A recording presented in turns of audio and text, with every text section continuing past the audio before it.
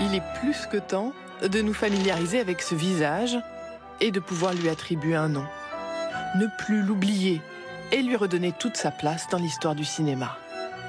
Car Alice Guy était tout sauf une figurante. Et sur ce document, l'un des premiers making-of de l'histoire, c'est bien elle, de dos, au premier plan, qui dirige les opérations. Elle va commencer à diriger les acteurs. Et ce qui est assez fascinant, c'est qu'on voit vraiment à quel point d'abord les studios étaient énormes et surtout qu'on voit Alice Guy, on a une preuve qu'Alice Guy travaillait bien, était à la charge de la réalisation. La recherche de preuves. Voilà effectivement à quoi l'on s'expose dès qu'on s'intéresse à Alice Guy.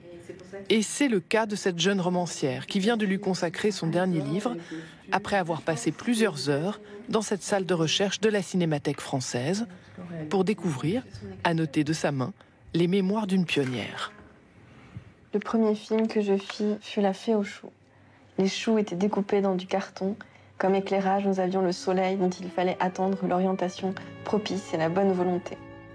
La Fée aux choux. 51 secondes projetées dès 1896 pour en faire, et c'est totalement méconnu, la première fiction de l'histoire du cinéma. Tout juste un an, après L'arroseur arrosé, cette entrée en gare de La Ciotat et la sortie d'Usine. Des films documentaires signés Louis Lumière et qu'Alice Guy a pu voir parmi les premières le 22 mars 1895. Cette bande dessinée raconte la scène. La jeune femme est dans la salle, absolument soufflée comme le reste du public, et cela vient de lui donner une idée. Je souhaiterais réaliser un film moi-même. C'est à son patron, Léon Gaumont, qu'elle vient d'adresser cette demande. Propriétaire d'une société de matériel photographique, il se demande s'il faut investir dans les dernières inventions du moment.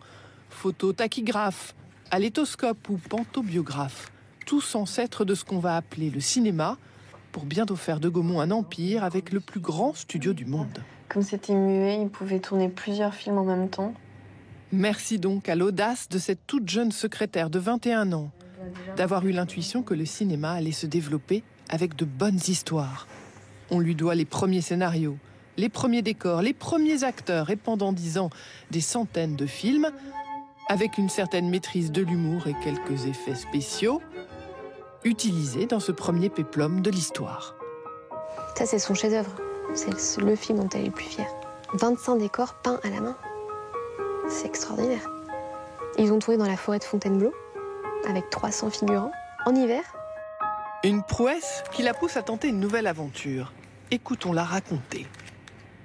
Vous étiez à la fois la scénariste, oui, le réalisateur, oui, et d'autre part, vous êtes devenue productrice en Amérique. Oui, je suis devenue productrice en Amérique et j'ai eu la grande chance que nos films ont plu énormément. D'abord envoyée par Gaumont avec son mari, elle prend son envol et mise toutes ses économies pour construire le studio le plus moderne des États-Unis, dans la banlieue de New York, à Fort Lee. Elle a conçu comme elle l'a voulu, c'est-à-dire avec, il y a des vestiaires pour les comédiens, il y a des fosses, et tout de suite ça marche, et ça marche vraiment bien. Peut-être tout simplement parce qu'elle a 10 ans d'avance sur ses concurrents. Car bien sûr, Hollywood n'existe pas encore. Et c'est donc à elle qu'on doit aussi ce film de 1912, où pour la première fois, la distribution comprend des acteurs noirs. Un film perdu et retrouvé par miracle sur un marché aux puces, parce que les bobines des cinéastes de la première heure ont souvent brûlé et qu'elles ont été peu collectionnées, la grande majorité des débuts du cinéma a disparu.